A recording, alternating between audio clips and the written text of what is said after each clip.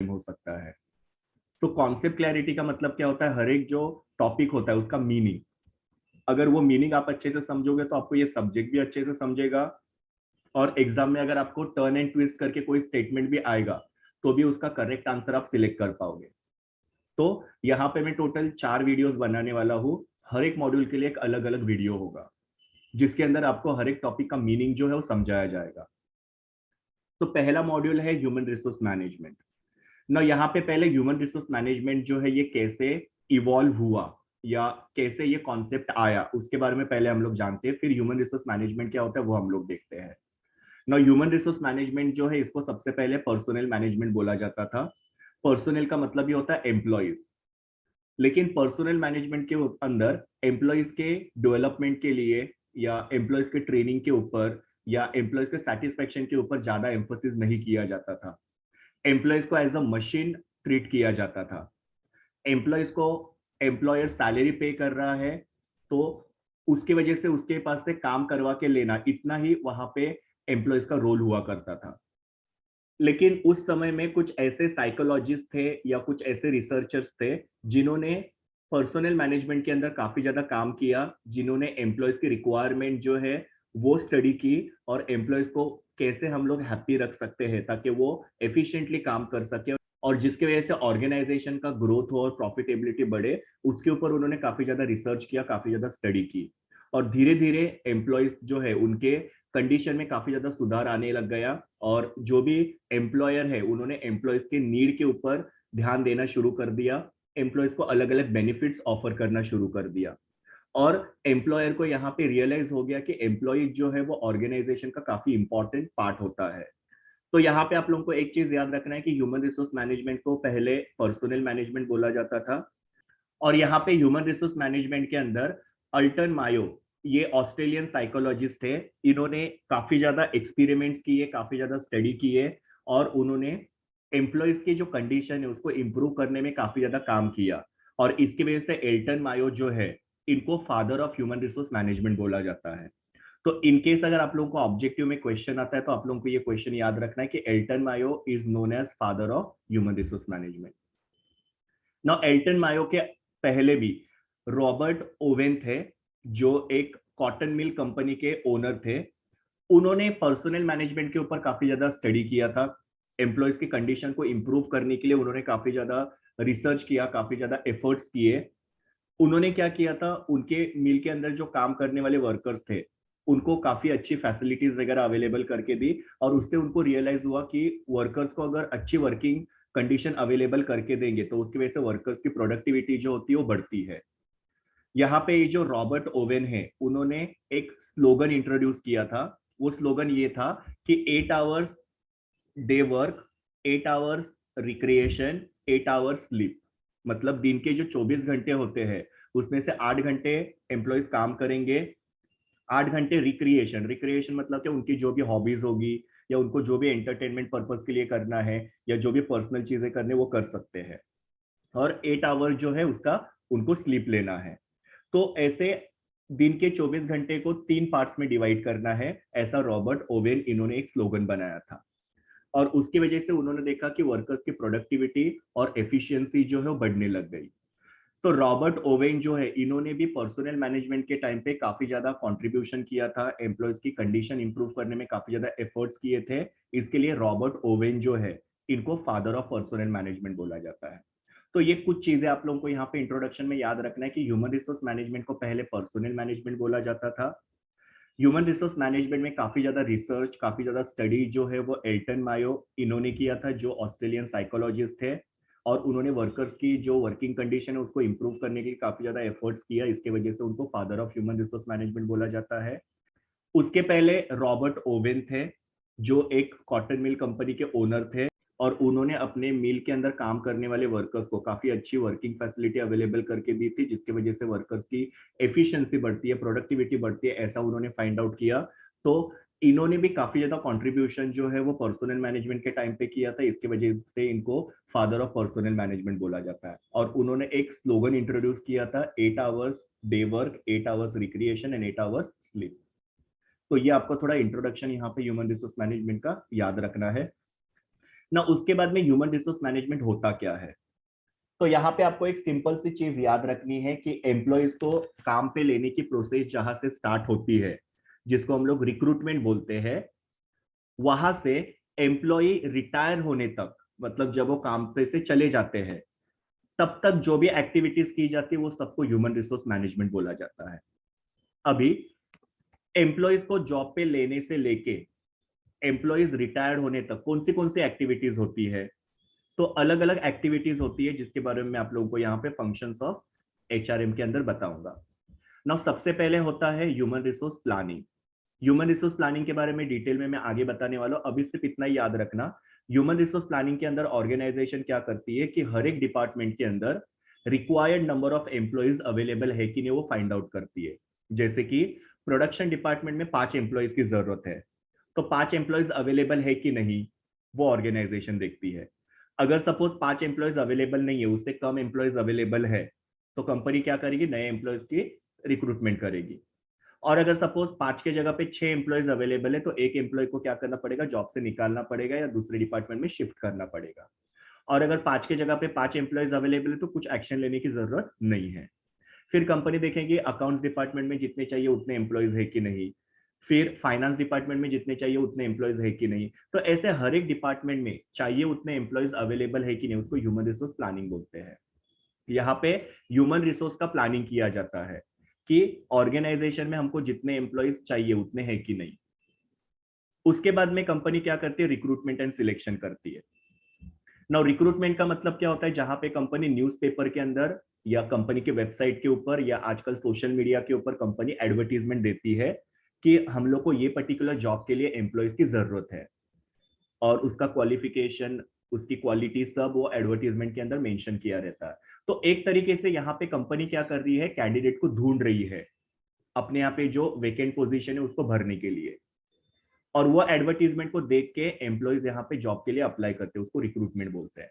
तो देखो आपने सबसे पहले ह्यूमन रिसोर्स प्लानिंग किया, ह्यूमन रिसोर्स प्लानिंग से आपको पता चला कि कौन से डिपार्टमेंट में एम्प्लॉयज का शॉर्टेज है।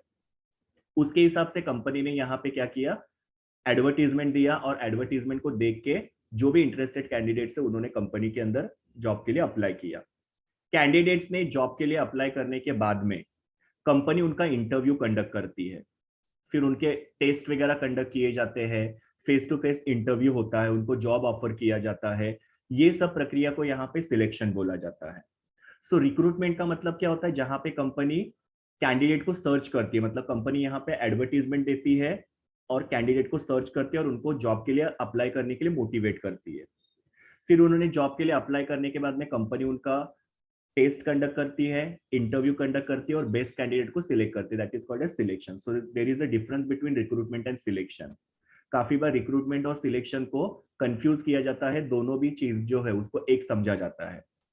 पर रिक्रूटमेंट में कंपनी सिर्फ एडवर्टीजमेंट करती है और एप्लीकेशंस को इनवाइट करती है, और सिलेक्शन में वो एम्प्लॉयज का टेस्ट और इंटरव्यू कंडक्ट करके उनको जॉब पे सिलेक्ट किया जाता है। सिलेक्शन होने के बाद में एम्प्लॉय को राइट डिपार्टमेंट में प्लेस किया जाता है। जैसे कि अगर उसका अकाउंट का नॉलेज अच्छा है तो उसको अकाउंट्स डिपार्टमेंट में प्लेस करेंगे, उसका कम्युनिकेशन स्किल अच्छा है तो उसको सेल्स डिपार्टमेंट में प्लेस करेंगे, उसका अगर मशीनरी का नॉलेज अच्छा है तो उसको प्रोडक्शन डिपार्टमेंट में प्लेस करेंगे।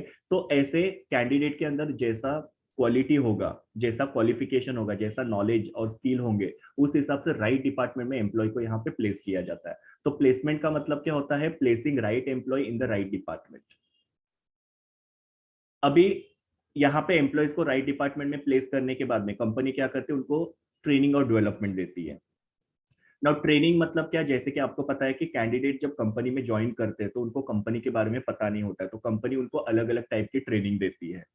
जैसे इंडक्शन ट्रेनिंग होता है, जहां पे कंपनी एम्प्लॉय जो है नया है उसको कंपनी के बारे में समझाती है, कंपनी के पॉलिसीज क्या है, कंपनी में किस तरीके से काम चलता है, वो सब चीजों को इंट्रोड्यूस कराया जाता है, कंपनी के रूल्स एंड रेगुलेशन जो होते हैं वो बताए जाते हैं। फिर बाद में जॉब स्पेसिफिक ट्रेनिंग जो होती है वो एम्प्लॉय को दी जाती है। जैसे कि अकाउंट्स डिपार्टमेंट का कैंडिडेट है तो उसको अकाउंट्स डिपार्टमेंट में किस तरीके से काम होता है उसको ट्रेनिंग दिया जाता है।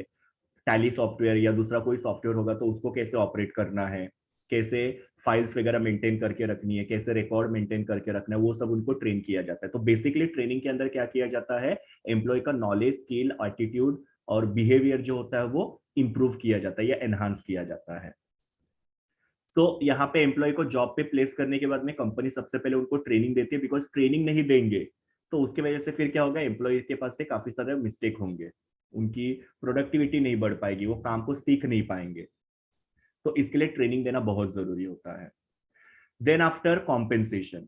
नो, कॉम्पेंसेशन का मतलब क्या होता है, एम्प्लॉय जब काम करते हैं तो कंपनी ने उनको कॉम्पेंसेशन भी पे करना चाहिए।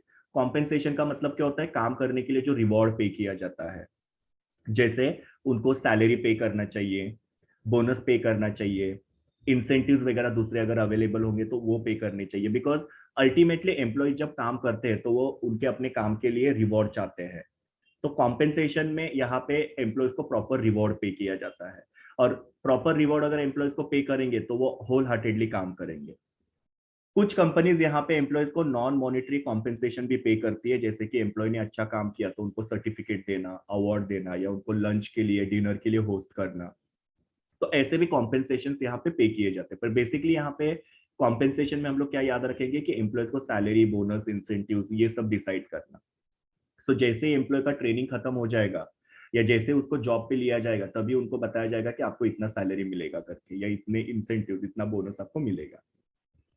फिर एम्प्लॉय वेलफेयर के अंदर एम्प्लॉयज को कुछ वेलफेयर फैसिलिटीज अवेलेबल करके दी जाती है। एम्प्लॉय वेलफेयर मतलब एम्प्लॉयज के भलाई के लिए या एम्प्लॉयज के कल्याण के लिए जो भी फैसिलिटीज उनको अवेलेबल करके दी जाती है, जैसे कैंटीन फैसिलिटी उनको अवेलेबल करके देना, रिक्रिएशन मतलब जैसे कि कोई स्पोर्ट्स ग्राउंड वगैरह उनके लिए अवेलेबल करके देना, योगा सेशंस वगैरह उनके लिए अरेंज करना, या ऑफिस के अंदर एक टीवी वगैरह होना ताकि कभी कभार अगर उनको मैचेस वगैरह देखने तो मैचेस वगैरह देख सकते हैं। फिर बाद में एक रेस्ट रूम अवेलेबल करके देना, क्योंकि एम्प्लॉयज कंटिन्यूसली काम करके कभी कभी थक जाते हैं या उनकी तबीयत ठीक नहीं होगी तो they can rest. Transport facility उनको अवेलेबल करके देना, इंश्योरेंस फैसिलिटी, क्रेश फैसिलिटी का मतलब क्या होता है, जो भी फीमेल वर्कर्स होते हैं उनके बेबीज को संभालने के लिए यहाँ पे फैसिलिटीज अवेलेबल करके दी जाती है। मतलब वो फीमेल जो अपना काम करेगी और बच्चों को संभालने के लिए एक आया रखी जाती है। तो ये सारे एम्प्लॉय वेलफेयर फैसिलिटीज होती है, ये भी एचआरएम के अंदर आता है। देन परफॉर्मेंस अप्रेजल का मतलब क्या होता है, एम्प्लॉयज का परफॉर्मेंस जो होता है वो चेक किया जाता है। अप्रेजल मतलब क्या होता है, इवेल्युएशन। यहाँ पे हर एक एम्प्लॉय का परफॉर्मेंस जो होता है वो चेक किया जाता है। अब ये एम्प्लॉयज का परफॉर्मेंस क्यों चेक किया जाता है, ताकि एम्प्लॉय के अंदर क्या क्या स्ट्रेंथ है और क्या क्या वीकनेसेस है वो फाइंड आउट करने के लिए। जैसे कि उसका काम का स्पीड बहुत अच्छा है तो उसका स्ट्रेंथ हो गया, लेकिन वो एम्प्लॉय का बिहेवियर जो है प्रॉपर नहीं है तो उसमें क्या हो गया, वो उसका वीकनेस है। तो ऐसे कंपनी यहाँ पे उनका परफॉर्मेंस इवेल्युएट करके, अप्रेस करके उनके अंदर क्या क्या स्ट्रेंथ है और क्या क्या वीकनेस है वो फाइंड आउट करती है। अगर एम्प्लॉय का परफॉर्मेंस अच्छा होगा तो उसको इंक्रीमेंट मिलेगा, प्रमोशन मिलेगा। अगर एम्प्लॉय का परफॉर्मेंस इतना अच्छा नहीं है तो उनको फिर वार्निंग दी जा सकती है, उनको ट्रेनिंग दी जा सकती है ताकि वो इंप्रूव करे जहां जहां उनका वीकनेस है। सो कंपनी यहाँ पे एम्प्लॉयज का परफॉर्मेंस अप्रेजल करती है। देन प्रमोशन दिया जाता है ना। प्रमोशन के बारे में ऑलरेडी मैंने आपको बोला कि परफॉर्मेंस अगर एम्प्लॉय का अच्छा होगा तो उनको प्रमोशन दिए जाते हैं। प्रमोशन का मतलब क्या, उनको हायर लेवल पे पोस्ट किया जाता है जहां पे उनका पोजीशन भी बढ़ता है और उनका पे मतलब सैलरी भी बढ़ता है। फिर होता है एम्प्लॉयज का करियर डेवलपमेंट। अभी कोई भी ऑर्गेनाइजेशन में एम्प्लॉय जब काम करते हैं तो वो चाहते हैं कि उनका करियर डेवलप होना चाहिए। करियर डेवलपमेंट मतलब क्या होता है कि वो एक लेवल से दूसरे लेवल पे, जैसे मैंने प्रमोशन में आपको बताया कि एम्प्लॉय जो है वो जहां पे जॉब पे लगे थे उसी पोजीशन पे हमेशा नहीं रहे, उससे वो आगे बढ़े। जैसे कि अगर सपोज जूनियर अकाउंटेंट के तौर पे लगे थे तो सीनियर अकाउंटेंट, फिर असिस्टेंट अकाउंट मैनेजर, फिर अकाउंट मैनेजर, ऐसे उनका करियर ग्रो होना चाहिए। तो कंपनी ने उनको अलग अलग अपॉर्चुनिटीज देनी चाहिए, अलग अलग प्रोजेक्ट्स देने चाहिए, चैलेंजिंग काम देना चाहिए, ट्रेनिंग देना चाहिए, ताकि एम्प्लॉयज का करियर जो है वो ऑर्गेनाइजेशन में डेवलप हो जाए। सो आपको यहाँ पे एक ही चीज याद रखनी कि ह्यूमन रिसोर्स मैनेजमेंट क्या होता है। तो ह्यूमन रिसोर्स मैनेजमेंट के अंदर ये सारी चीजें जो होती है वो इंक्लूड होती है। जहां पे एम्प्लॉय को जॉब पे लेने से लेके एम्प्लॉय जब तक रिटायर्ड होते हैं तो ये सारे काम जो होते हैं वो यहाँ पे हैंडल किए जाते हैं। तो आपके माइंड में जो क्वेश्चन होता है कि ह्यूमन रिसोर्स मैनेजमेंट मतलब एग्जैक्टली ये डिपार्टमेंट में क्या काम होता है, तो ये डिपार्टमेंट में ये सब एम्प्लॉयज के रिलेटेड काम देखे जाते हैं, जहां पे HR manager human resource planning करेंगे, फिर रिक्रूटमेंट और सिलेक्शन करेंगे, फिर एम्प्लॉय का प्लेसमेंट करेंगे, उनको ट्रेनिंग, उनका कॉम्पेंसेशन, उनका वेलफेयर, फिर उनका हर साल परफॉर्मेंस अप्रेजल करना, उनको प्रमोशन देना, करियर डेवलपमेंट के लिए उन लोगों को अपॉर्चुनिटीज देना। ये सब काम जो होता है वो एचआर मैनेजर हैंडल करता है, और इसी सबको हम लोग क्या बोलते हैं यहाँ पे, ह्यूमन रिसोर्स मैनेजमेंट बोलते हैं। सो आपको कोई भी बोलेगा what is human resource management, तो आपको याद रखना है कि रिक्रूटमेंट से लेकर रिटायरमेंट तक जो भी एक्टिविटीज होती है उसको हम लोग ह्यूमन रिसोर्स मैनेजमेंट बोलते हैं, या सिंपली आप लोग लिख सकते हैं कि ह्यूमन रिसोर्स मैनेजमेंट के अंदर ये सारी एक्टिविटीज होती है, इसको ह्यूमन रिसोर्स मैनेजमेंट बोला जाता है। तो देखो आपको ये हर एक एक्टिविटी के अंदर दिखाई दिया होगा कि यहाँ पे एम्प्लॉयज के रिलेटेड सारा काम जो है वो हैंडल किया जा रहा है, इसके लिए इसको ह्यूमन रिसोर्स मैनेजमेंट बोला जाता है। तो आपको यहाँ पे ये क्वेश्चन जो है, एक तो ह्यूमन रिसोर्स मैनेजमेंट का मीनिंग बता रहा है, दूसरा ह्यूमन रिसोर्स मैनेजमेंट डिपार्टमेंट के अंदर क्या क्या फंक्शंस होते हैं वो आपको यहाँ पे पता चल रहा है। और ये पर्टिकुलर सब्जेक्ट के अंदर आपको यही सब जो फंक्शन है इसको डिटेल में पढ़ना है। अभी तो मैंने आप लोगों को समरी बताई, आगे जाके ये क्वेश्चन को ही हम लोग को डिटेल में पढ़ना है। सो आई होप आप लोगों का यहाँ पे इंट्रोडक्शन क्लियर हुआ कि ह्यूमन रिसोर्स मैनेजमेंट जो है वो कॉन्सेप्ट कैसे आया, फिर ह्यूमन रिसोर्स मैनेजमेंट किसको बोला जाता है वो आपको यहाँ पे याद रखना है, या उसके अंदर क्या क्या फंक्शंस आते हैं। तो आपको यहाँ पे ऑब्जेक्टिव आ सकता है dash is one of the functions of human resource management, तो ये सारे फंक्शंस आपको याद रखने हैं। उसके बाद में स्ट्रैटेजिक एचआरएम और ट्रेडिशनल एचआरएम जो है उसका डिस्टिंग्विश है। नाउ ट्रेडिशनल एचआरएम जो होता था, मतलब ट्रेडिशनल मतलब जो पुराने टाइम से चलते आ रहा है, और स्ट्रैटेजिक एचआरएम जो ये मॉडर्न एचआरएम है। नाउ स्ट्रैटेजिक एचआरएम के अंदर क्या होता है, देखो सबसे पहले मैं उसके बारे में आपको बताता हूँ कि यहाँ पे कंपनी की स्ट्रैटेजी क्या है। स्ट्रैटेजी मतलब क्या, कंपनी का प्लान क्या है, उसके हिसाब से ह्यूमन रिसोर्स मैनेजमेंट किया जाता है। जैसे कि कंपनी मर्जर करने वाली है, या कंपनी अमालगमेशन करने वाली है, या कंपनी अपने बिजनेस को एक्सपांड करने वाली है, अपने बिजनेस को एक लेवल से दूसरे लेवल पे, जैसे कि पहले बिजनेस को सिर्फ इंडिया में ही किया जाता था, अभी कंपनी अपने बिजनेस को अब्रॉड में भी लेके जा रही है। तो ये कंपनी की स्ट्रैटेजीज है, जैसे मर्जर करना, एक्विजिशन करना, या फिर बिजनेस को एक्सपांड करना, ये कंपनी की स्ट्रैटेजीज है। ये स्ट्रैटेजी को ध्यान में रख के उसके हिसाब से ह्यूमन रिसोर्स मैनेजमेंट किया जाता है। जैसे कि हमको हमारे बिजनेस को एक्सपांड करना है, तो बिजनेस एक्सपांड करने के लिए हम लोग को कैसे ह्यूमन रिसोर्सेज की जरूरत लगेगी, तो उस हिसाब से कंपनी यहाँ पे ह्यूमन रिसोर्स प्लानिंग करेगी, रिक्रूटमेंट, सिलेक्शन, प्लेसमेंट, ये सब करेगी। सो कंपनी के स्ट्रैटेजी को ध्यान में रख के जो ह्यूमन रिसोर्स मैनेजमेंट किया जाता है उसको स्ट्रैटेजिक एचआरएम बोला जाता है। और ये समय की जरूरत भी है, क्योंकि हर एक कंपनी की स्ट्रैटेजी को मैच करने वाला एचआरएम होना चाहिए। अगर स्ट्रैटेजी को मैच करने वाला एचआरएम नहीं होगा तो ऑब्वियसली कंपनी की स्ट्रैटेजी कभी भी सक्सेसफुल नहीं होगी, और उसके वजह से फिर क्या होगा कि कंपनी की प्रॉफिटेबिलिटी और परफॉर्मेंस जो है वो डाउनफॉल होना शुरू हो जाएगा। तो इसके लिए कंपनी अगर मर्जर करना चाहती है तो मर्जर को ध्यान में रख के उसके हिसाब से ह्यूमन रिसोर्स मैनेजमेंट करना जरूरी है। कंपनी अगर नया प्रोडक्ट मार्केट में लाना चाहती है तो उसके हिसाब से एम्प्लॉयज को ट्रेनिंग देना बहुत जरूरी है, ताकि कंपनी अपने वो नए प्रोडक्ट को सक्सेसफुली मार्केट में लॉन्च करके अपना सेल जो है वो प्रोडक्ट का बढ़ा सकती है। तो स्ट्रैटेजिक एचआरएम मींस कंपनी की स्ट्रैटेजी को ध्यान में रख के उस हिसाब से एचआरएम करना। ट्रेडिशनल एचआरएम में ऐसा कुछ नहीं होता है, वहां पे सिंपली एम्प्लॉयज को जॉब पे लिया जाता है, उनसे काम कराया जाता है और उसके लिए उनको पे किया जाता है। उनको ज्यादा ट्रेनिंग के ऊपर एम्फोसिस नहीं किया जाता है, बेसिक ट्रेनिंग सिर्फ उनको दिया जाता है। और यहाँ पे ऐसे माना जाता है कि एम्प्लॉयज को ट्रेनिंग की भी जरूरत नहीं होती है, काम करने के साथ साथ वो सीख जाएंगे। पर अगर एम्प्लॉयज को ट्रेनिंग नहीं देंगे तो एम्प्लॉय काम को अच्छी तरीके से नहीं कर पाएंगे, उनका स्पेशलाइजेशन जो बढ़ेगा नहीं, ये यहाँ पे उनको रियलाइज नहीं होता है। तो ये ट्रेडिशनल एचआरएम के अंदर एम्प्लॉयज के ट्रेनिंग के ऊपर ज्यादा ध्यान नहीं दिया जाता था। एम्प्लॉयज को ज्यादा कोई कॉम्पेंसेशन वगैरह पे नहीं किए जाते थे, बेसिक सैलरी और बोनस ऐसी चीजें पे की जाती थी। वही अगर स्ट्रैटेजिक एचआरएम हम लोग देखेंगे तो वहां पे एम्प्लॉय को salary, bonus, incentives, profit sharing मतलब कंपनी का जो प्रॉफिट होता है उसमें भी कुछ हिस्सा दिया जाता है। ईसॉप मतलब एम्प्लॉय स्टॉक ऑप्शन स्कीम, जहां पे एम्प्लॉय को कंपनी के शेयर्स भी दिए जाते थे।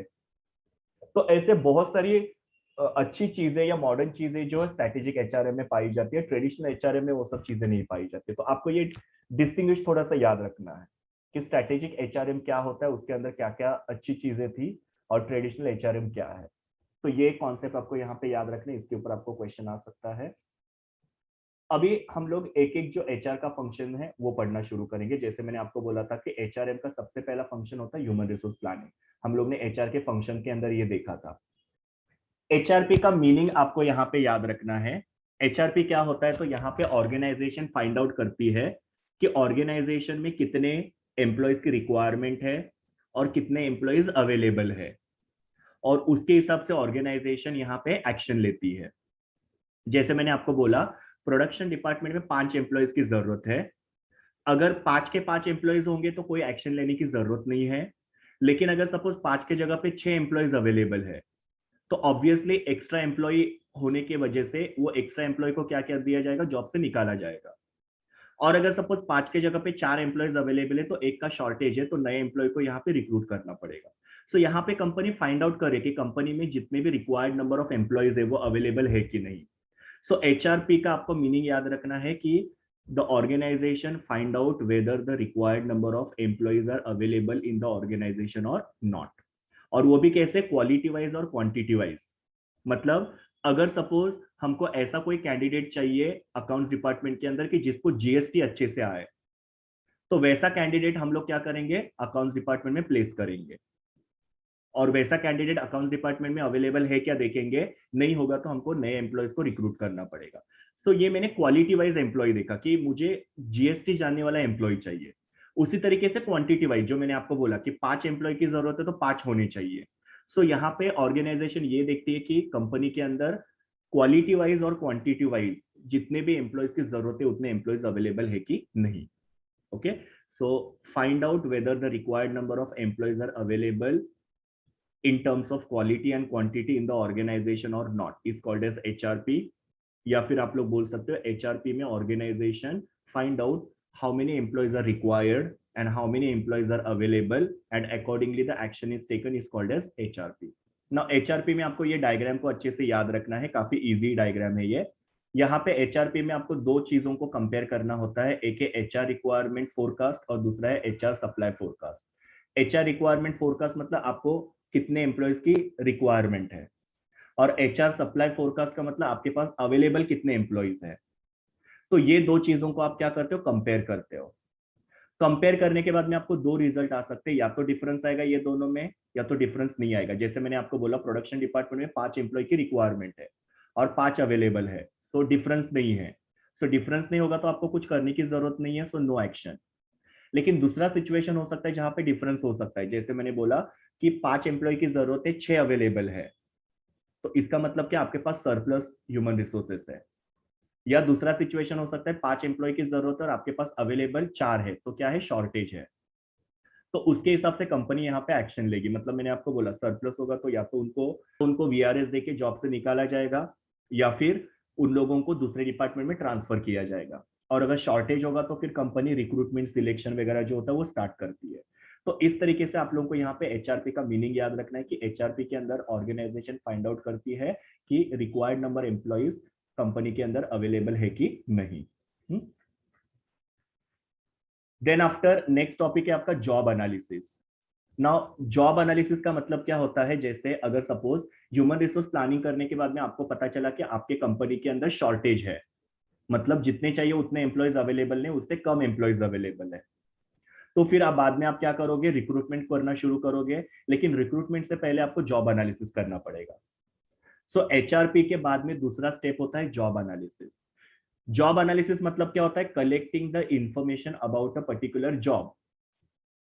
वापस से एक एग्जांपल देता हूं, सपोज आपके यहाँ पे अकाउंट्स डिपार्टमेंट में एक वैकेंसी है, तो अभी आपको क्या करना पड़ेगा, उसका एडवर्टीजमेंट देना पड़ेगा। लेकिन एडवर्टीजमेंट में आपको पूरा कंटेंट लिखना पड़ेगा कि आपको कैसा कैंडिडेट चाहिए और क्या क्या अकाउंट डिपार्टमेंट की रिस्पॉन्सिबिलिटीज होगी।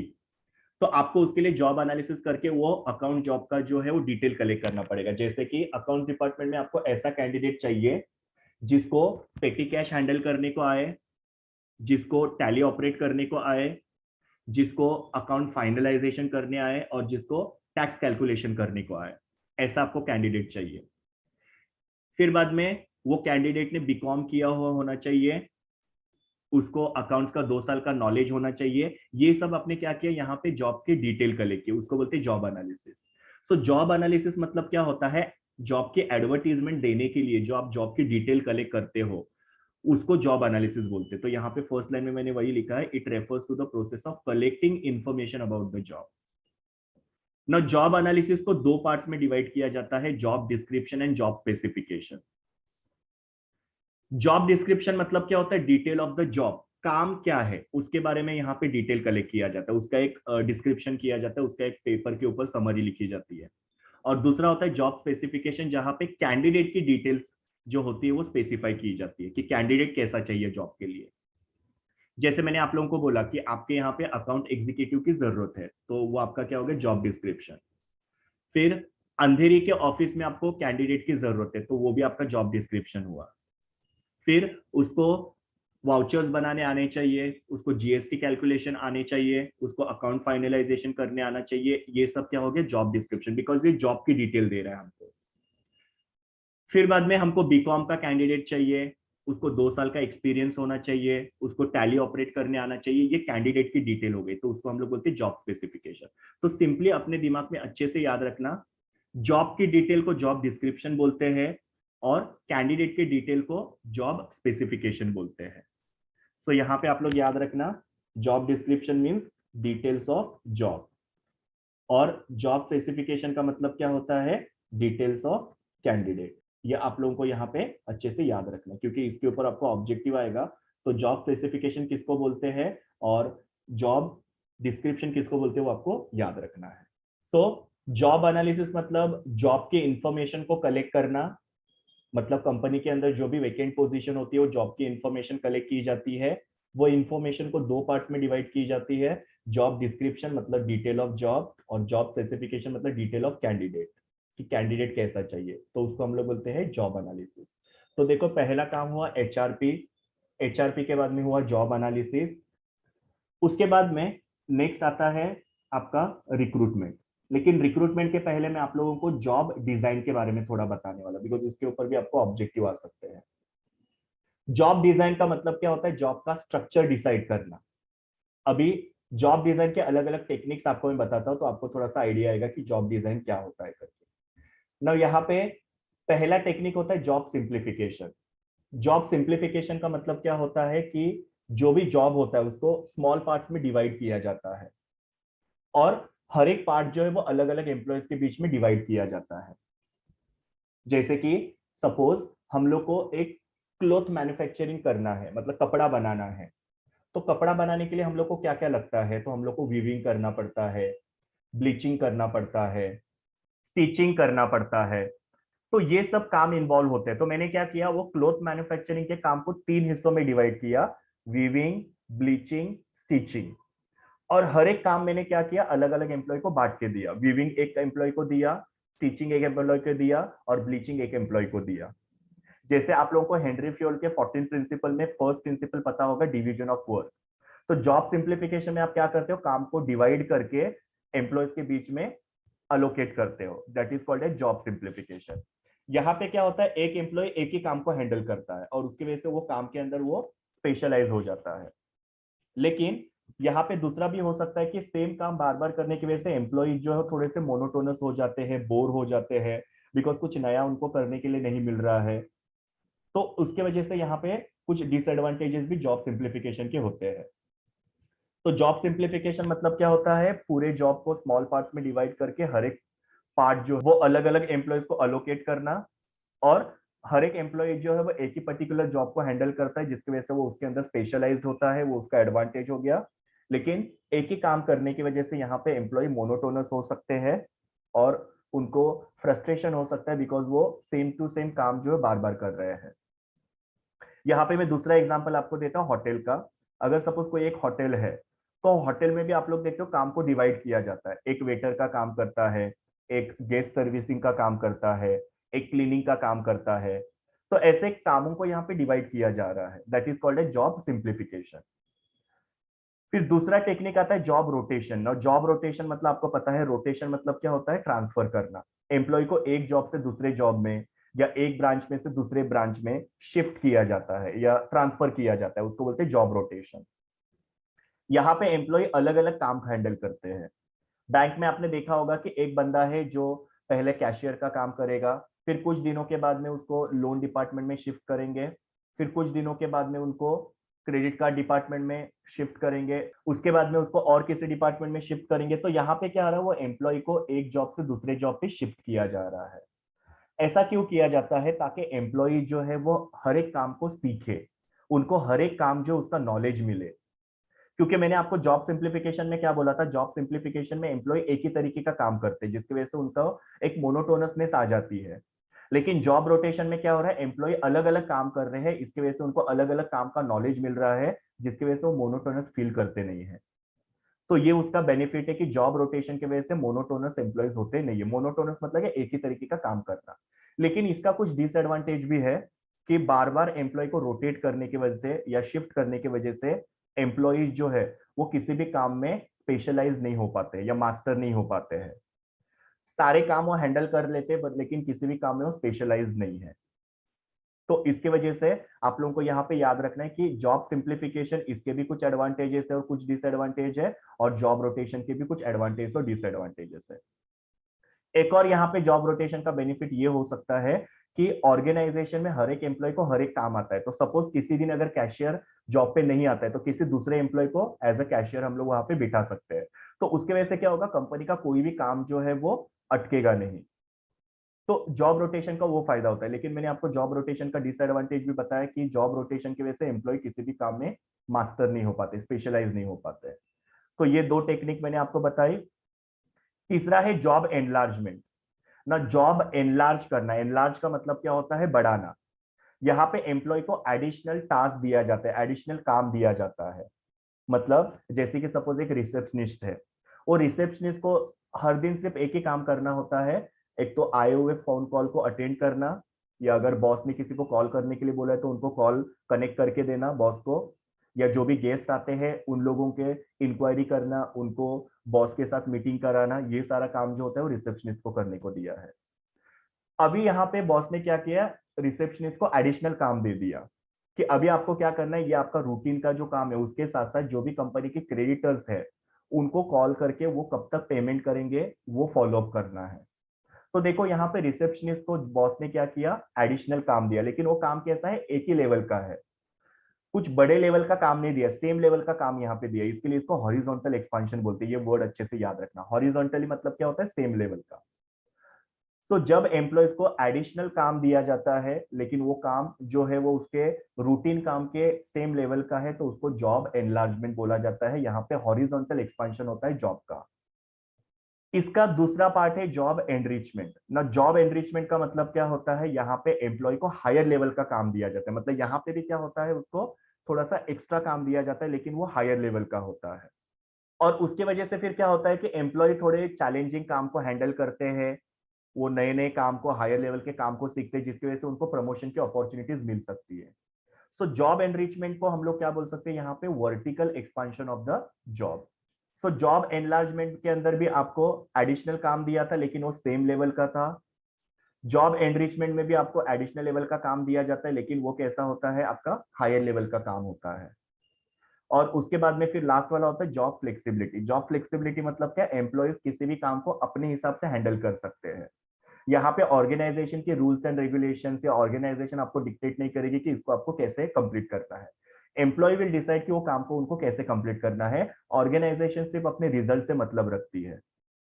जैसे एक टीचर है, तो टीचर को प्रिंसिपल क्या कर सकते हैं, फ्लेक्सिबिलिटी दे सकते हैं कि ये जो सिलेबस है आपको इतने ड्यूरेशन में कंप्लीट करना है और बच्चों को अच्छे से समझ में आना चाहिए।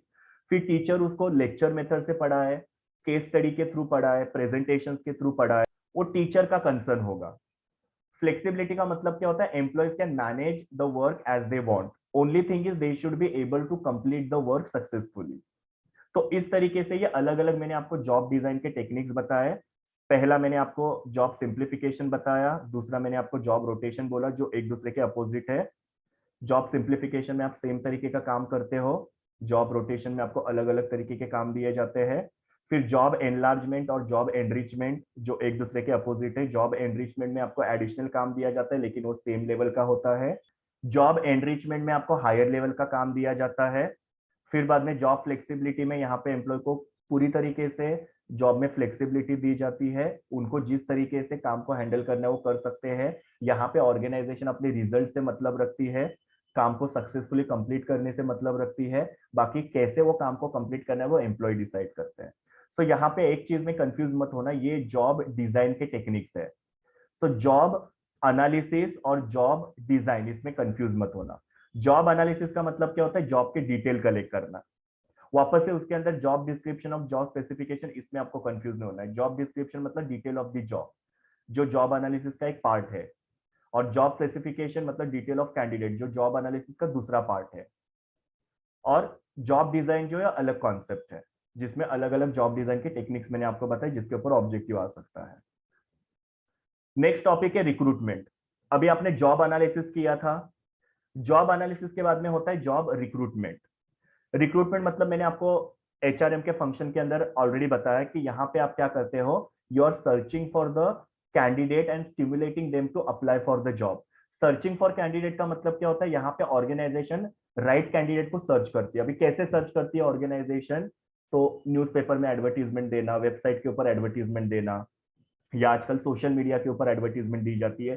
सो एडवर्टीजमेंट के थ्रू कंपनी क्या करती है, कैंडिडेट को सर्च करती है, और एडवर्टीजमेंट को देख के कैंडिडेट जॉब को अप्लाई करने के लिए मोटिवेट होती है। जैसे कि हर वेनसडे को आप टाइम्स ऑफ इंडिया में या इंडियन एक्सप्रेस न्यूज़पेपर होता है, उसके अंदर देखोगे कि काफी सारे जॉब की वैकेंसीज की एडवर्टीजमेंट आती है, और उसको देख के फिर जो भी ग्रेजुएट्स रहेंगे या जो भी जॉब करना चाहते हैं वो लोग क्या करते हैं, वहां पे अप्लाई करते हैं। तो रिक्रूटमेंट एक प्रोसेस है where the organization is searching for the candidate and stimulating them to apply for the job. यहाँ पे रिक्रूटमेंट के अलग अलग सोर्सेस होते हैं, ये सोर्सेस आपको याद रखने हैं।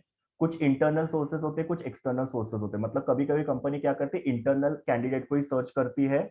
इंटरनल मतलब जो कंपनी के अंदर के है, कंपनी बाहर के लोगों को यहाँ पे जॉब पे नहीं लेती है, अपने इंटरनल कैंडिडेट को ही मौका देती है, उनको ही रिक्रूट करती है।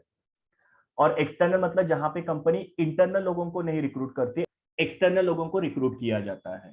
जैसे कि सपोज पर्टिकुलर कंपनी के अंदर अकाउंट मैनेजर की पोजीशन जो है वो खाली हो गई है, मतलब वो अकाउंट मैनेजर जो था वो रिटायर्ड हो गया है। अभी कंपनी के पास दो ऑप्शन है, कंपनी या तो इंटरनल किसी कैंडिडेट को वहां पे पोस्ट कर सकती है, या एक्सटर्नल किसी कैंडिडेट को लाके उसको वहां पे पोस्ट किया जा सकता है। जैसे कि जो असिस्टेंट मैनेजर था उसको ही वहां पे कंपनी क्या कर सकती है, मैनेजर के पोजीशन पे प्रमोट कर सकती है। या दूसरे किसी डिपार्टमेंट का एम्प्लॉय होगा जिसको यहाँ पे अकाउंट मैनेजर के पोस्ट के लिए इंटरेस्ट है, तो वो भी वहां पे अप्लाई कर सकते हैं, या उसको भी कंपनी वहां पे रिक्रूट कर सकती है। लेकिन काफी बार कंपनी को ऐसे लगता है कि इंटरनल कैंडिडेट जो है वो इतने कैपेबल नहीं है, या इंटरनली जैसा अकाउंट मैनेजर के पोस्ट के लिए एम्प्लॉय चाहिए वैसा अवेलेबल नहीं, तो फिर कंपनी क्या करेगी, एक्सटर्नल कैंडिडेट को सिलेक्ट करेगी। इंटरनल सोर्सेज का अपना कुछ एडवांटेज डिसएडवांटेज और एक्सटर्नल सोर्सेज का अपना कुछ एडवांटेज डिसएडवांटेज है। इंटरनल सोर्स का फायदा ये होता है कि इंटरनल सोर्सिंग की वजह से एम्प्लॉय जो होते हैं मोटिवेट होते हैं, बिकॉज उनको यहाँ पे क्या हो रहा है, करियर डेवलपमेंट का एक मौका मिल रहा है। जैसे कि मैंने आपको एचआरएम के फंक्शन के अंदर बताया था, करियर डेवलपमेंट ये इंपॉर्टेंट फंक्शन होता है एचआरएम का, जहाँ पे ऑर्गेनाइजेशन एम्प्लॉय को करियर डेवलप करने की अपॉर्चुनिटीज देती है। तो यहाँ पे इंटरनल रिक्रूटमेंट से कंपनी क्या कर रही है, एम्प्लॉय को करियर डेवलप करने का अपॉर्चुनिटी देता है, स्पेशली हायर लेवल की जॉब ऑफर करके। प्लस इंटरनल कैंडिडेट को अगर आप रिक्रूट करोगे तो उसकी वजह से एम्प्लॉय जो होते हैं मोटिवेट होते हैं और वो लोग होल हार्टेडली काम करते हैं। और यहाँ पे कंपनी को इंटरनल कैंडिडेट होने की वजह से ज्यादा उनका जो ओरिएंटेशन होता है, उनको सब जो काम समझाने का होता है या कंपनी के पॉलिसीज के बारे में समझाना होता है, वो इतना ज्यादा एफर्ट्स नहीं करना पड़ता है। इन शॉर्ट उनको कम ट्रेनिंग प्रोवाइड करनी पड़ेगी। लेकिन इसके कुछ डिसएडवांटेजेस भी होते हैं कि काफी बार क्या होता है, इंटरनल कैंडिडेट को अगर रिक्रूट करेंगे तो इंटरनल कैंडिडेट के अंदर उतना कैलिबर, उतना नॉलेज या उतने स्किल्स नहीं होते हैं जो कंपनी को बाहर के कैंडिडेट से मिल सकते हैं, क्योंकि बाहर बहुत सारे कैंडिडेट्स अवेलेबल होंगे, उसमें से कंपनी अच्छे कैंडिडेट को सिलेक्ट कर सकती है। सो ये इंटरनल सोर्सिंग का कुछ एडवांटेज और डिसएडवांटेज है। उसी तरीके से एक्सटर्नल सोर्सिंग के कुछ एडवांटेज और डिसएडवांटेज होते हैं। एक्सटर्नली अगर आप कैंडिडेट को सोर्स करते हो या रिक्रूट करते हो तो उसकी वजह से क्या होगा, आपको बेस्ट कैंडिडेट मिलने के चांसेस हो सकते हैं। लेकिन उसका डिसएडवांटेज ये हो सकता है कि एक्सटर्नल कैंडिडेट होता है तो उसको एक्सटेंसिव ट्रेनिंग देना पड़ेगा, उसको कंपनी के पॉलिसीज के बारे में समझाना पड़ेगा। प्लस एक्सटर्नल सोर्सिंग करने की वजह से इंटरनल कैंडिडेट जो है वो नाराज हो सकते हैं, डिमोटिवेट हो सकते हैं, फिर वो लोग अच्छे से काम नहीं करेंगे, वो लोग जॉब छोड़ के जा सकते हैं बिकॉज ये कंपनी में उनको करियर ग्रोथ नहीं दिख रहा है। तो दोनों का अपना कुछ ना कुछ एडवांटेज और डिसएडवांटेज है। तो आपको यहाँ पे याद रखना है कि इंटरनल कौन से सोर्सेस है जहां पे कंपनी कंपनी के अंदर से एम्प्लॉयज को रिक्रूट कर सकते हैं, और एक्सटर्नल कौन से सोर्सेस। तो इंटरनल में प्रमोशन है, मतलब सपोज मैंने आपको बोला कि अकाउंट मैनेजर की पोजीशन खाली हो गई, तो जो पहले असिस्टेंट मैनेजर था उसको क्या कर दिया जा सकता है, प्रमोशन करके अकाउंट मैनेजर के पोस्ट पे उसको प्लेस कर सकते हैं। ट्रांसफर, एक डिपार्टमेंट में दूसरे डिपार्टमेंट में एम्प्लॉयज को ट्रांसफर किया जा सकता है, वो भी इंटरनल सोर्स है। इंटरनल एड मतलब कंपनी अपने नोटिस बोर्ड के ऊपर एड लगा सकते हैं कि अपने यहाँ पे इस पर्टिकुलर डिपार्टमेंट में ये पोजीशन जो है उसके लिए वैकेंसी अवेलेबल है, तो जो भी इंटरेस्टेड रहेंगे वो लोग अपना रेज्यूमे भेज सकते हैं। तो वो इंटरनल ऐड मतलब कंपनी के नोटिस बोर्ड के ऊपर ही ऐड लगाया जाता है। रिटायर्ड मैनेजर, काफी बार क्या होता है कि आपको जैसा कैंडिडेट चाहिए वैसा नहीं मिलता है, तो आप क्या करते हो, जो रिटायर्ड कैंडिडेट है उसको ही बुलाते हो और उनको ही आप रिक्वेस्ट करते हैं कि कुछ साल आप काम करो जब तक नया कैंडिडेट मिलता नहीं है। रिकॉल फ्रॉम लॉन्ग लीव, जैसे कि सपोज कोई एक एम्प्लॉय 1 साल के लिए लीव पे गया है, तो उसको आप क्या बोलते हो कि आप कुछ दिनों के लिए आ जाओ, काम करो और फिर बाद में आप वापस से लीव पे चले जा सकते हो। एक्सटेंशन ऑफ सर्विस, जो भी कैंडिडेट रिटायर्ड होने वाले हैं, सपोज 1 साल में 2 साल में वो रिटायर्ड होने वाले हैं, तो उनको एक्सटेंशन दिया जाता है कि आप और एक्स्ट्रा रिटायरमेंट के बाद 1-2 साल काम करो करके कंटिन्यूएशन में। कैटलॉग, कंपनी के अंदर एम्प्लॉयज का पूरा कैटलॉग होता है जिसके अंदर एम्प्लॉयज का सारा डिटेल होता है, उसमें से कंपनी क्या कर सकते हैं, उनको जो कैंडिडेट अच्छा लगता है उसको सिलेक्ट कर सकती है। आजकल तो सॉफ्टवेयर अवेलेबल होते हैं, सॉफ्टवेयर से भी कौन से कैंडिडेट का क्या क्वालिफिकेशन है, क्या स्किल है, क्या अचीवमेंट है वो पता चलते हैं, उसमें से कंपनी क्या कर सकती है, कैंडिडेट को पोजीशन के लिए हायर कर सकती है। और रिकमेंडेशन बाय सीनियर, कोई एक पर्टिकुलर सीनियर है जो बता सकता है कि ये पर्टिकुलर कैंडिडेट को आप ये जॉब के लिए प्लेस करो। तो ये सब इंटरनल सोर्सेस हो गए। एक्सटर्नल में मैनेजमेंट कंसल्टेंट्स, बहुत सारे कंसल्टेंट्स होते हैं जिसके पास से ऑर्गेनाइजेशन क्या कर सकती है, एम्प्लॉयज को रिक्रूट कर सकती है। एडवर्टीजमेंट, जैसे मैंने आपको बोला न्यूज़पेपर में, वेबसाइट के ऊपर कंपनी एडवर्टीजमेंट कर सकती है, वो भी एक्सटर्नल सोर्सिंग का एक तरीका है। कैंपस रिक्रूटमेंट मतलब क्या होता है कि कंपनी कॉलेजेस में जाती है और लास्ट ईयर के स्टूडेंट जो होते हैं उसको रिक्रूट करती है। तो कॉलेजेस से जो एम्प्लॉयज को रिक्रूट किया जाता है उसको कैंपस रिक्रूटमेंट बोलते हैं। तो ये एक्सटर्नल रिक्रूटमेंट का एक तरीका है, ये याद रखना, ऑब्जेक्टिव में आपको आ सकते हैं ऐसे क्वेश्चन कि dash is one of the external sources of recruitment. फिर रिक्रूटमेंट एट फैक्ट्री गेट, आप लोगों ने देखा होगा कि कोई ऐसे इंडस्ट्रियल इस्टेट होते हैं उसके गेट के ऊपर लिखा रहता है कि गाला नंबर सो एंड सो में एम्प्लॉय की पर्टिकुलर जॉब के लिए जरूरत है करके। तो ऐसे कंपनी ने क्या किया, अपने गेट के ऊपर एड लगाया और जिसको पढ़ के जो भी इंटरेस्टेड लोग रहेंगे वो कंपनी को कॉन्टैक्ट कर सकते हैं। लेबर कॉन्ट्रैक्टर्स, बहुत सारे कॉन्ट्रैक्टर्स होते हैं, जैसे कि सपोज आपको एक पर्टिकुलर काम करने के लिए एम्प्लॉय की जरूरत है, तो आप उनके कॉन्ट्रैक्टर को कॉल करोगे और कॉन्ट्रैक्टर आके आपके यहाँ पे काम करके जाएंगे। वॉक इन इंटरव्यू, ना वॉक इन इंटरव्यू ये कॉन्सेप्ट समझना काफी जरूरी है, बिकॉज बहुत सारे जो जॉब के एडवर्टीजमेंट्स होते हैं उसके अंदर वॉक इन इंटरव्यू लिखा रहता है। वॉक इन इंटरव्यू होता क्या है, यहाँ पे वो लोग क्या करते हैं कि न्यूज़पेपर में जब ऐड देते हैं जॉब के लिए, तो वहां पे वो डेट मेंशन करते हैं कि कौन से डेट को इंटरव्यू होगा और टाइम मेंशन करेंगे कि इतने टाइम में आप कंपनी में आके इंटरव्यू देके जा सकते हो ना। तो जनरली क्या होता है कि एडवर्टीजमेंट होता है, फिर वहां पे लिखा रहता है कि इतने दिनों के अंदर आप अप्लाई करो, फिर जिन्होंने अप्लाई किया उनको इंटरव्यू का लेटर भेजा जाता है, फिर उनको बुलाया जाता है और उनका इंटरव्यू लिया जाता है। लेकिन वॉक इन इंटरव्यू में ऐसा नहीं होता है, दिन भर इंटरव्यू चलते रहते हैं, आपको कोई लेटर वगैरह नहीं भेजा जाएगा या आपको कुछ अप्लाई नहीं करना है। सिंपली उस दिन पे आपको जो भी आपको टाइम सुटेबल रहेगा उसके हिसाब से आप वहां पे जाओगे और इंटरव्यू देके आ जाओगे। That is called as walk in interview. और ई रिक्रूटमेंट, आजकल सब कुछ इलेक्ट्रॉनिक तरीके से या ऑनलाइन तरीके से हो रहा है, तो यहाँ पे कंपनी सिंपली क्या करती है, अपने वेबसाइट के ऊपर एडवर्टीजमेंट देती है, फिर बाद में ऑनलाइन ही एप्लीकेशन मंगाया जाता है, ऑनलाइन एम्प्लॉय का टेस्ट कंडक्ट किया जाता है, ऑनलाइन ही उनका इंटरव्यू लिया जाता है और जो कैंडिडेट सिलेक्ट होता है उसको फिर फेस टू फेस इंटरव्यू के लिए बुलाया जाता है। सो इस तरीके से ऑनलाइन जो रिक्रूटमेंट किया जाता है उसको ई रिक्रूटमेंट बोलेंगे। तो ये अलग अलग सोर्सेस होते हैं रिक्रूटमेंट के, आपको याद रखने हैं। फिर उसके एडवांटेज और डिसएडवांटेज मैंने थोड़े आपके साथ डिस्कस किए, वो भी आपको यहाँ पे याद रखना है। नेक्स्ट कॉन्सेप्ट आपका होगा सिलेक्शन। और रिक्रूटमेंट और सिलेक्शन में काफी कंफ्यूजन होता है, मैंने आपको बोला। रिक्रूटमेंट में आपने क्या किया था, आपने एडवर्टीजमेंट दिया था जहां पे आप कैंडिडेट को सर्च करना चाहते हो और वो एड को देख के कैंडिडेट मोटिवेट होते हैं, एनकरेज होते हैं, स्टिमुलेट होते हैं और कंपनी में अप्लाई करते हैं जॉब के लिए। उन्होंने अप्लाई करने के बाद में कंपनी फिर क्या करती है, उनका इंटरव्यू कंडक्ट करती है। इंटरव्यू के पहले शायद तक कंपनी उनका टेस्ट भी कंडक्ट कर सकती है और फिर बाद में इंटरव्यू कंडक्ट करती है, उस प्रोसेस को सिलेक्शन बोला जाता है। तो सिलेक्शन मतलब क्या होता है कि इंटरव्यू टेस्ट वगैरह कंडक्ट करके बेस्ट कैंडिडेट को कंपनी सिलेक्ट करती है ना। यहाँ पे सिलेक्शन के अंदर कुछ चीजें होती है, वो वर्ड्स के बारे में आप लोगों को थोड़ा सा याद रखना है। एक होता है एप्लीकेशन ब्लैंक या application form. Now application blank या एप्लीकेशन फॉर्म का मतलब क्या होता है, कंपनी आपको एक फॉर्म देती है, वो फॉर्म के अंदर जो भी कंपनी ने डिटेल आपसे पूछा हुआ है वो डिटेल फिलअप करने होते हैं, जैसे आपके पर्सनल डिटेल, आपका educational qualification, work experience, family background, या किसी भी 2 लोगों का आपको रेफरेंस वगैरह वहां पे पूछा रहता है, तो उतने डिटेल आपको लिख के देना है। अभी आप पूछोगे कि एप्लीकेशन ब्लैंक की जरूरत क्यों है, सीवी अवेलेबल है, सीवी के अंदर सारे डिटेल होते हैं। देखो हर एक का सीवी का फॉर्मेट जो होता है वो अलग होता है। किसी का एजुकेशनल क्वालिफिकेशन फर्स्ट पेज पे होगा, तो किसी का सेकंड पेज पे होगा, तो किसी का थर्ड पेज पे होगा। किसी का रेज्यूम या बायोडेटा जो होता है वो एक पेज का होगा, किसी का 2 पेज का होगा, किसी का 5, 7 या 10 पेजेस का भी हो सकता है। तो इंटरव्यूअर के लिए थोड़ा सा वो मुश्किल हो जाता है, तो इसके लिए वो लोग क्या करते हैं, कंपनी अपना एक फॉर्मेट देती है, उसके अंदर आपको कंपनी को जो भी डिटेल चाहिए वो फिलअप करनी होती है, और उसके बेसिस पे आपका इंटरव्यू लिया जाता है। सो एप्लीकेशन ब्लैंक जो होता है वो कंपनी का एक फॉर्म होता है, जो आप जब जॉब के लिए अप्लाई करते हो तो कंपनी को इंटरव्यू के टाइम पे फिलअप करके देना पड़ता है, उसके बेसिस पे आपका इंटरव्यू लिया जाता है।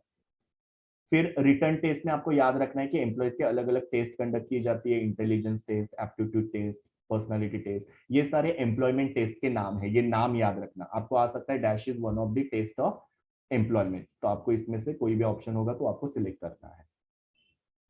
रेफरेंस चेक का मतलब क्या होता है कि आप जिस कंपनी में जॉब के लिए अप्लाई करते हो तो वो कंपनी आपका रेफरेंस चेक करना चाहती है, मतलब आप कहाँ से आए हो वगैरह। काफी बार क्या होता है कि कैंडिडेट झूठ बोलते हैं, तो कंपनी उसको क्रॉस चेक करना चाहती है कि जो भी कैंडिडेट ने इंटरव्यू के अंदर बोला वो करेक्ट है कि नहीं। तो इसके लिए आपके पास से 2 या 3 पर्सन का कॉन्टेक्ट नंबर लिया जाता है, और आपके इंटरव्यू के बाद में आपको क्रॉस चेक करने के लिए वो फोन वगैरह कर सकते हैं, ईमेल वगैरह कर सकते हैं, और आपकी डिटेल जो उनको चाहिए वो मंगवा सकते हैं।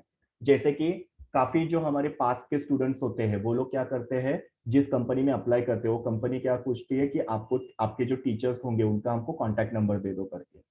फिर वो स्टूडेंट के बारे में फोन करके टीचर को पूछा जाता है कि ये पर्टिकुलर स्टूडेंट कैसा है, और उसका रिव्यू लिया जाता है, और उसके बेसिस पे फिर वो कैंडिडेट जो उसको जॉब के लिए सिलेक्ट किया जाता है। तो ये कुछ चीजें यहाँ पे आप लोगों को याद रखने हैं कि सिलेक्शन प्रोसेस के अंदर ये 2 चीजें होती है, जो थोड़े इसके ऊपर क्वेश्चन आने के चांसेस हो सकते हैं। सिलेक्शन के ये सारे स्टेप्स होते हैं। सिलेक्शन में जॉब एनालिसिस किया जाता है जो ऊपर मैंने आपको बताया, फिर कंपनी एडवर्टीजमेंट देती है, फिर एप्लीकेशन ब्लैंक भरवा के लेती है, रिटर्न टेस्ट कंडक्ट किया जाता है, इंटरव्यू लिया जाता है, रेफरेंस चेक किया जाता है, मेडिकल चेकअप होता है, और कंपनी फिर जॉब ऑफर करती है। और फिर जॉब आपको एक्सेप्ट करना है या रिजेक्ट करना है आपके ऊपर डिपेंड होता है। आपने अगर जॉब को एक्सेप्ट किया तो आपको लेटर ऑफ अपॉइंटमेंट या फाइनल जॉब ऑफर किया जाता है। तो ये सिलेक्शन के अंदर प्रोसेस जो है उसके अंदर स्टेप इन्वॉल्व होता है। और लास्ट वाला आपका है ई सिलेक्शन। ई सिलेक्शन मतलब मैंने ऑलरेडी बताया कि ई रिक्रूटमेंट जिसको हम लोग बोल सकते हैं, या इलेक्ट्रॉनिक सिलेक्शन जिसको हम लोग बोल सकते हैं। यहाँ पे सब कुछ ऑनलाइन तरीके से होता है। एडवर्टीजमेंट भी कंपनी ऑनलाइन ही करती है, आपको अप्लाई भी ऑनलाइन करना होता है, फिर बाद में आपका जो टेस्ट होता है वो भी ऑनलाइन होता है, इंटरव्यू भी ऑनलाइन होता है। ये सब क्यों किया जाता है, बिकॉज इसकी वजह से कंपनी और कैंडिडेट दोनों को भी बेनिफिट होता है। ना कंपनी को क्या बेनिफिट होता है, तो कंपनी को वो इंटरव्यू के लिए सारा जो अरेंजमेंट करना पड़ता है, रिफ्रेशमेंट के लिए वगैरह जो अरेंजमेंट करना पड़ता है वो सब नहीं करना पड़ेगा। नहीं तो फिर कंपनी को अगर ऑफलाइन इंटरव्यूज होते हैं तो उसके लिए एक जगह बुक करनी पड़ेगी, फिर एक्सपर्ट लोगों को बुलाना पड़ेगा, फिर उनका रिफ्रेशमेंट वगैरह, कैंडिडेट्स का रिफ्रेशमेंट वगैरह वो सब देखना पड़ेगा। काफी ज्यादा मैन पावर वगैरह वहां पे लगेगी हैंडल करने के लिए। वो सब चीजें यहाँ पे ऑनलाइन रिक्रूटमेंट की वजह से अवॉइड हो सकती है, या ऑनलाइन सिलेक्शन की वजह से अवॉइड हो सकती है। प्लस ऑफलाइन इंटरव्यूज के अंदर कैंडिडेट को भी काफी सारे प्रॉब्लम्स होते हैं, जैसे कि उनको ट्रैवल करना पड़ता है। काफी बार कैंडिडेट जो होते हैं वो आउट ऑफ स्टेट होते हैं, तो उनको वहां से ट्रैवल करके आना पड़ता है। फिर उन लोगों को अपना टाइम, मनी, एनर्जी ये सब वेस्ट करना पड़ता है काफी बार, और फिर बाद में सिलेक्शन नहीं हुआ तो उनको फिर वो बुरा लगता है। तो इसकी वजह से कंपनी क्या करती है, ऑनलाइन ही इंटरव्यूज लेती है, ताकि कैंडिडेट का टाइम भी बचे और कंपनी का जो कॉस्ट है वो भी बच जाए। तो इसके ऊपर अगर आपको कुछ भी क्वेश्चन आता है तो वो भी आपको यहाँ पे याद रखना है। तो इस तरीके से ये पर्टिकुलर जो फर्स्ट मॉड्यूल है ह्यूमन रिसोर्स मैनेजमेंट, उसके अंदर मैंने आपको बताया इंट्रोडक्शन ऑफ एचआरएम, कि किस तरीके से एचआरएम जो है वो इवॉल्व हुआ या इंट्रोड्यूस हुआ। फिर किसको फादर ऑफ एचआरएम बोला जाता है, किसको फादर ऑफ पर्सनल मैनेजमेंट बोला जाता है। एचआरएम का मीनिंग मैंने बताया, जहां पे मैंने अलग अलग फंक्शंस के थ्रू आपको मीनिंग बताया कि एचआरएम के अंदर क्या क्या चीजें इंक्लूड होती है। फिर मैंने आपको बताया कि स्ट्रैटेजिक एचआरएम क्या होता है, जहां पे कंपनी के स्ट्रैटेजी को ध्यान में रख के उसके हिसाब से ह्यूमन रिसोर्स मैनेजमेंट किया जाता है। ह्यूमन रिसोर्स प्लानिंग जो एचआरएम का सबसे पहला फंक्शन होता है, ये कैसे होता है वो मैंने पूरा डायग्राम के थ्रू बताया आपको। जॉब एनालिसिस जो ह्यूमन रिसोर्स मैनेजमेंट का सेकेंड स्टेप होता है, मतलब पहले आप ह्यूमन रिसोर्स प्लानिंग मतलब एचआरपी करते हो, फिर जॉब एनालिसिस करते हो। उसको 2 पार्ट्स में डिवाइड किया जाता है, जॉब डिस्क्रिप्शन, जॉब स्पेसिफिकेशन। फिर जॉब डिजाइन, ये एक कॉन्सेप्ट मैंने आपको बताया जिसके अंदर अलग अलग जॉब डिजाइन के 5 टेक्निक्स मैंने आपको बताया, जो है job simplification, job rotation, job enlargement, job enrichment and job flexibility. Recruitment क्या होता है, मैंने बताया कि रिक्रूटमेंट में कंपनी क्या करती है, कैंडिडेट को सर्च करती है और उनको जॉब के लिए अप्लाई करने के लिए मोटिवेट करती है। रिक्रूटमेंट के दो सोर्सेस होते हैं, internal recruitment, external recruitment. Internal recruitment के मैंने अलग अलग सोर्सेज बताए, एक्सटर्नल रिक्रूटमेंट के अलग अलग सोर्सेज बताए, और इंटरनल रिक्रूटमेंट के क्या एडवांटेज और डिसएडवांटेज होते हैं वो बोला, एक्सटर्नल के क्या एडवांटेज और डिसएडवांटेज होते हैं वो मैंने डिस्कस किया। सिलेक्शन के बारे में थोड़ा सा मैंने आपको बताया, और लास्ट में मैंने आप लोगों को ई सिलेक्शन के बारे में बताया। So this was all about concepts of first module. यहाँ पे आपको यही कॉन्सेप्ट के ऊपर क्वेश्चंस आएंगे, लेकिन थोड़ा सा लाइन को टर्न एंड ट्विस्ट करके पूछेंगे। तो अब अगर आप लाइन को प्रॉपरली पढ़ोगे तो आप लोगों को वहां पे उसका आंसर पता चलेगा। तो अभी पहले मॉड्यूल के बारे में इतना ही। सेकेंड मॉड्यूल के लिए हम लोग नेक्स्ट वीडियो में मिलते हैं। Thank you students, we will meet in the next video.